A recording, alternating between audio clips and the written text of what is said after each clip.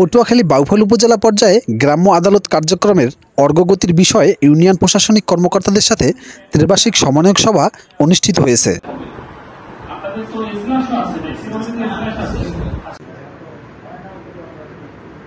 বুধবার 23শে জুলাই উপজেলা প্রশাসনের আয়োজনে দুপুর 2টায় উপজেলা পরিষদ কনফারেন্স রুমে এর আয়োজন করা হয়।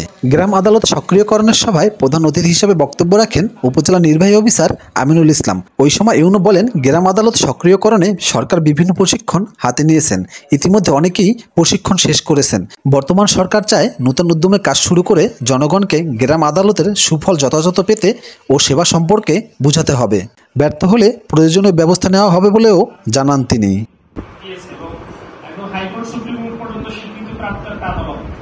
সভায় উপজেলার 15টি ইউনিয়ন পরিষদ সচিব, বাউফল প্রেস ক্লাবের সভাপতি জলিলুর রহমান, সাধারণ সম্পাদক ডক্টর জসিমউদ্দিন, সাবেক সাধারণ সম্পাদক মোহাম্মদ ওয়াহিদুজ্জামান ডিউক, আনন্দ টিভি জেলা প্রতিনিধি এম নাজিমউদ্দিন সহ উপজেলা প্রশাসনের বিভিন্ন পর্যায়ের কর্মকর্তা কর্মচারীরা উপস্থিত ছিলেন। সরেজমিন, সোহেল গাজী, বাউফল।